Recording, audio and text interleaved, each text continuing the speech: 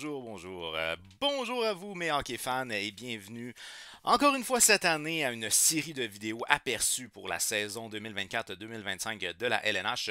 Donc, on va faire comme on fait à notre habitude, c'est-à-dire qu'on va passer les 32 organisations en ordre alphabétique. Non, ça ne sera pas nécessairement une vidéo par jour. Je vais vous donner un certain jeu, puisque bon, j'ai d'autres occupations aussi. Mais tiens, on va essayer d'en faire le plus possible qu'on est capable quand on a du temps de libre. Et on va commencer avec les Ducks d'Anaheim, qui est quand même la première équipe en termes d'ordre alphabétique au niveau de la LNH.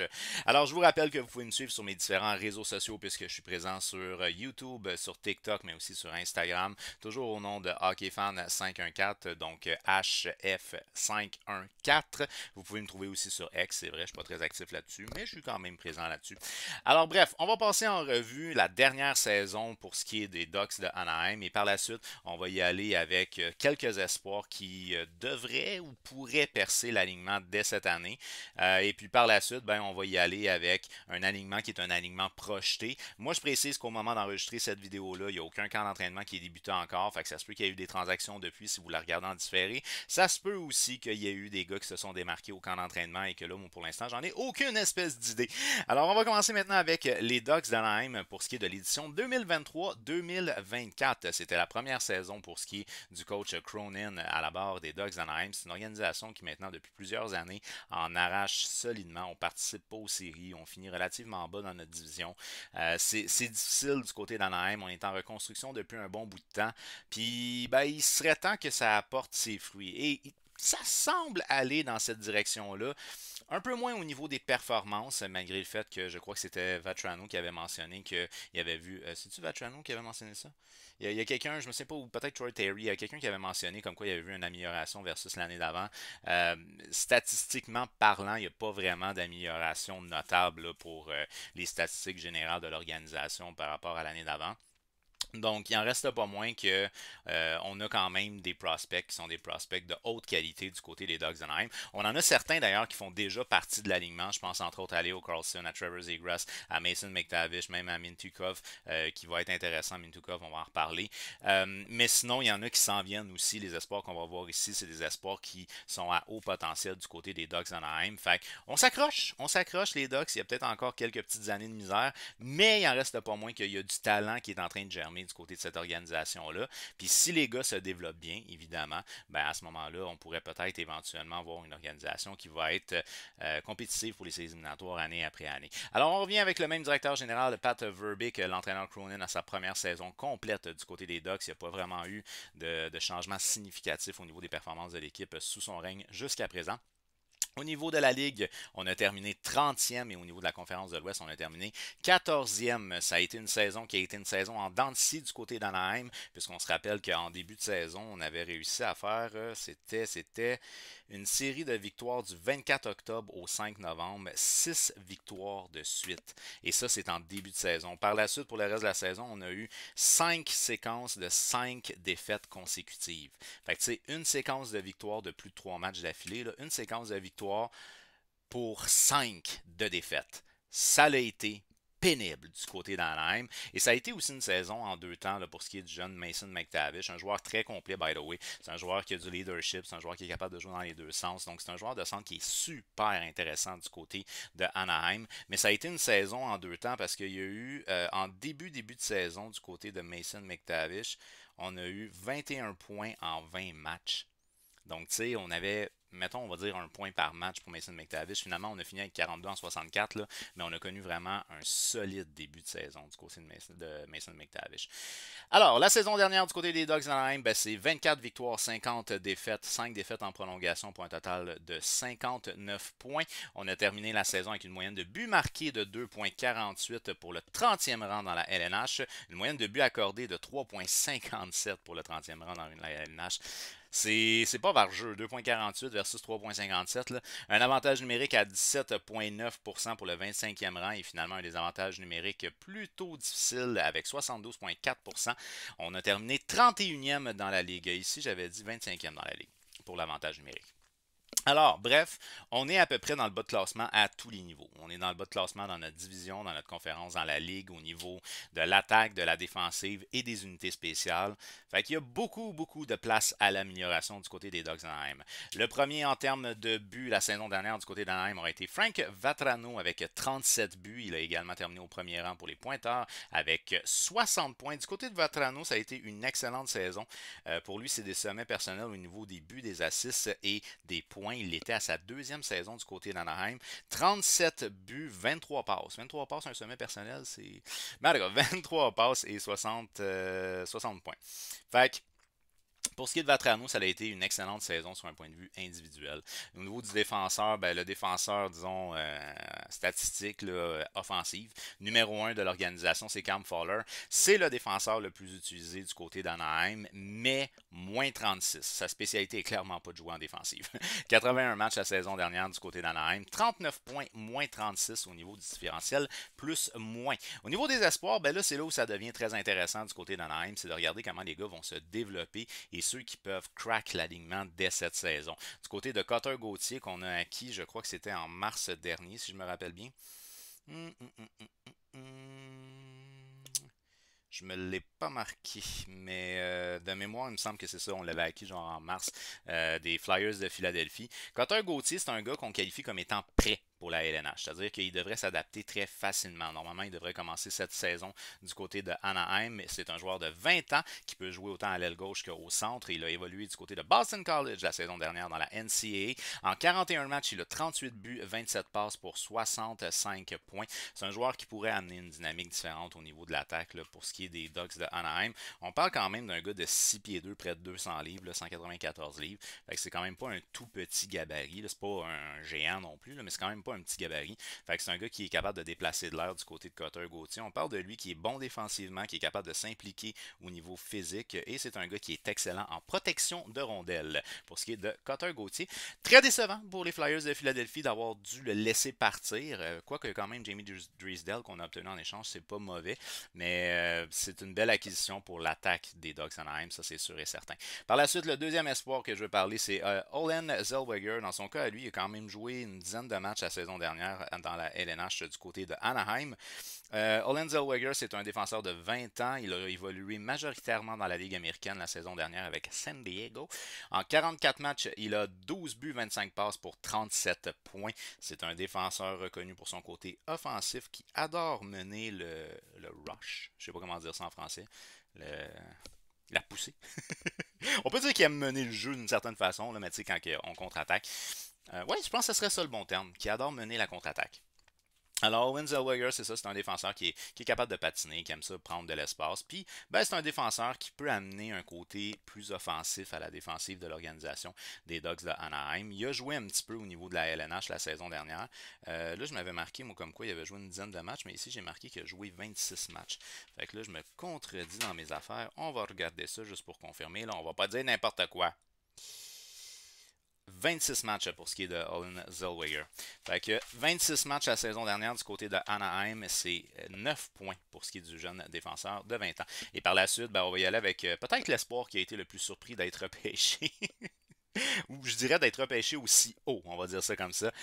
C'est Beckett Zanecki, 18 ans, un ailier droit qui évoluait du côté de la Ligue de l'Ontario, repêché cette année par les Ducks d'Anaheim. On se rappelle de son quand il a été choisi par les Ducks, il s'attendait peut-être pas à sortir aussi haut au niveau du repêchage, mais il s'attendait assurément de sortir en première ronde, puis même haut en première ronde, sans nécessairement dire dans le top 3. Alors, c'est un joueur qui évoluait du côté de 18 ans, un ailier droit qui évoluait du côté de la Ligue de l'Ontario la saison dernière. Dans la Ligue de l'Ontario, c'est 63 points, 27 buts, 41 passes pour 68. C'est 63 matchs, j'ai dit 63 points. 63 matchs, 27 buts, 41 passes pour 68 points pour ce qui est de Benek Zanecki. C'est un joueur qui est excellent au niveau du contrôle de la rondelle. C'est un joueur qui joue en confiance, qui a des mains très rapides. Il adore faire une contre-attaque. Donc, c'est un joueur qui est très à caractère offensif du côté de Beckett Zanecki. Et il pourrait peut-être faire partie de l'organisation cette année. En séries éliminatoires, c'est 22 points en 16 matchs du côté de la OHL. Mais c'est à confirmer s'il va va finir le camp ou non. Parce qu'on parle quand même ici d'un joueur de 18 ans, fait qu'on peut le retourner au niveau junior. Ça va être une décision qui sera à prendre pendant le camp d'entraînement. Donc, on va y aller maintenant avec ce qui serait la projection pour ce qui est de la prochaine saison de la LNH pour les Ducks de Anaheim. Euh, je veux quand même mentionner que avec la fermeture de Cap Friendly, ça a été un peu compliqué là, parce qu'il y a des statistiques que j'allais chercher spécifiquement sur ce site-là. Oh, il me manque déjà. Euh, donc, j'ai pris d'autres sources là, à ce moment-là et j'ai essayé de retrouver mes repères un petit peu différemment. J'ai essayé de consulter les joueurs qui avaient le plus souvent joué ensemble, là, si on peut trouver ça sur des sites de paris, ben, en fait, qui te préparent pour le pari. Là. Donc, les combinaisons de lignes ou de paires qui ont été les plus fréquentes. J'ai essayé d'utiliser ça, mais c'était pas vers jeu parce qu'il y a des joueurs qui sont partis du côté d'Anaheim, dont entre autres Adam Henrik, là, qui est plus là, il a été échangé en cours de saison. Il y a des joueurs qui, n'étant plus là, les Bouchkins qui est plus là non plus, ça mélange un peu là, par rapport aux différentes combinaisons. Fait que normalement, j'utilisais beaucoup le temps d'utilisation pour voir la confiance que l'organisation avait en le joueur. Sauf que là, ben, j'ai eu plus de difficultés. Bref, on y a été avec essentiellement les statistiques, puis j'ai essayé de faire des pairings qui ont à peu près du sens. On va dire ça comme ça. Maintenant, pour la première ligne du côté des Ducks d'Anaheim, ben, j'ai été avec le Québécois Alex Killorn. 63 matchs la saison dernière, 36 points pour ce qui est d'Alex Killorn. C'est un joueur qui a de l'expérience, c'est un joueur qui a la bague. Donc, on veut qu'il amène son type de leadership. Puis sa présence aussi, c'est un gars qui est capable de déranger, de jouer physiquement. Fait qu'il peut enlever de la pression sur les autres joueurs de la ligne. Donc ça, c'est intéressant du côté de Alex Killorn. Par la suite, on a le jeune joueur de centre, Leo Carlson, qui a quand même pas mal fait à sa première saison dans la LNH. 29 points en 55 matchs. Un joueur très offensif qui a vraiment un beau côté créatif. C'est un joueur qui va être un joueur à suivre, qui peut être le premier centre de cette organisation-là sans trop de problèmes. Et par la suite, à la droite, j'y étais avec Troy Terry, le vétéran, excusez-moi, me dis-je bien, de 26 ans.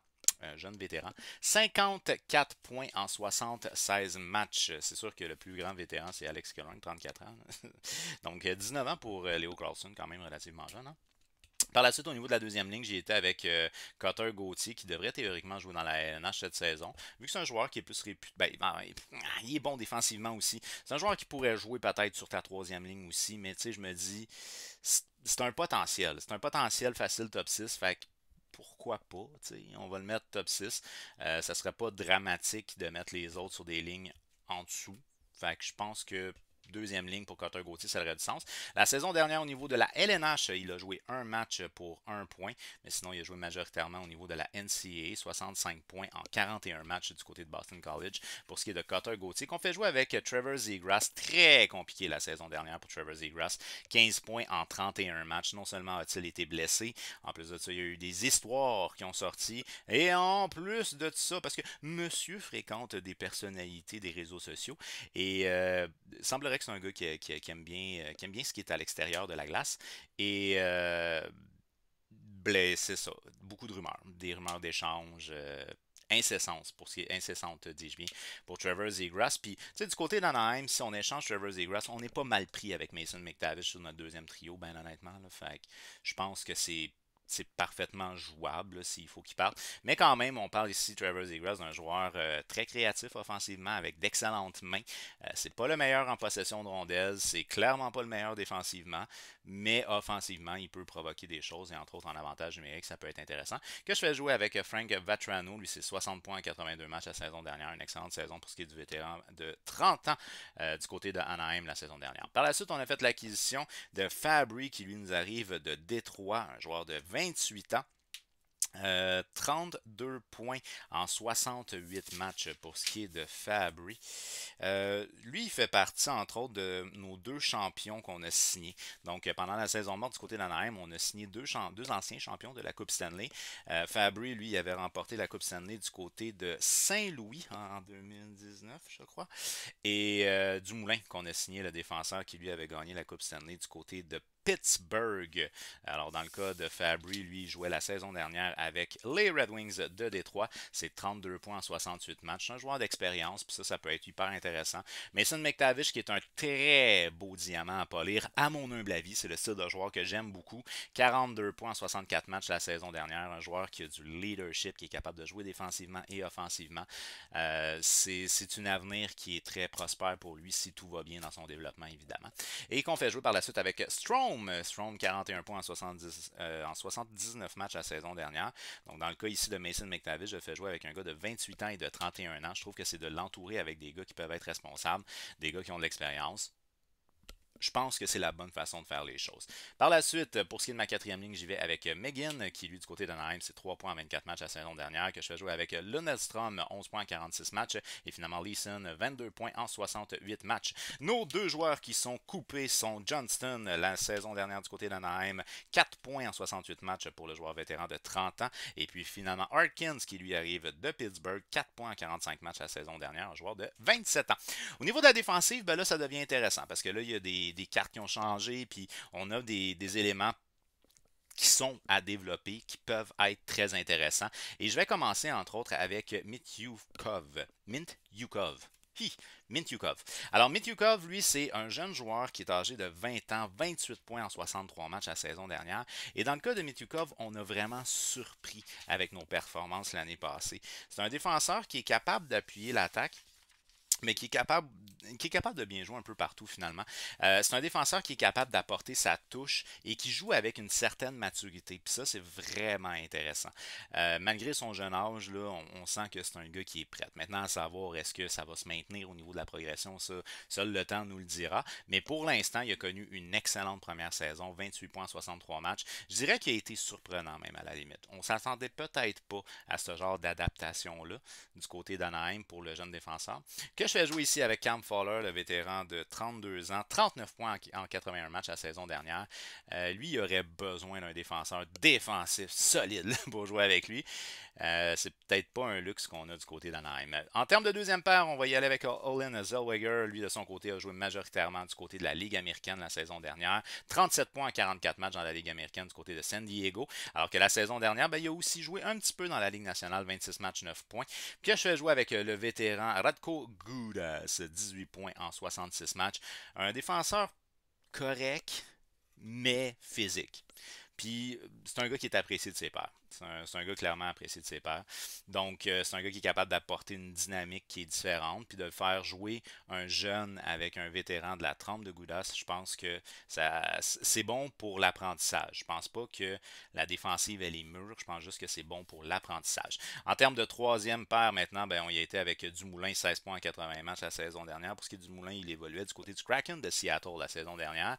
Un défenseur qui a déjà gagné la Coupe Stanley par le passé. Son expérience peut être bien évidemment très intéressante. Pour le jeune joueur Lacombe, 23 ans pour ce qui est de Lacombe, c'était sa première saison dans la LNH l'année passée, 17 points en 71 matchs. Il a joué pratiquement la saison complète.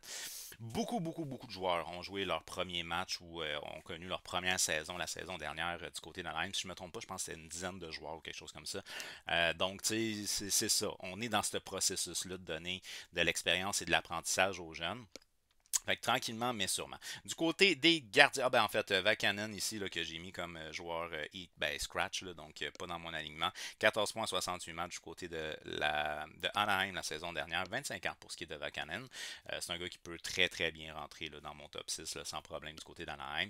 Fait que je pense qu'on a quand même une réserve intéressante pour le niveau de l'organisation des Ducks d'Anaheim. Par la suite, au niveau des trois gardiens, ben, Lucas Dostal, ça risque d'être probablement encore un espèce de tandem cette année. J'ai mis 1, 2, 3, mais je pense qu'on pourrait enlever le 1, 2 puis se dire c'est le tandem de l'année, tout simplement. Dans le cas de Lucas Dostal, une petite amélioration, pas grand-chose. Il est âgé de 24 ans, donc il y a encore de l'espoir.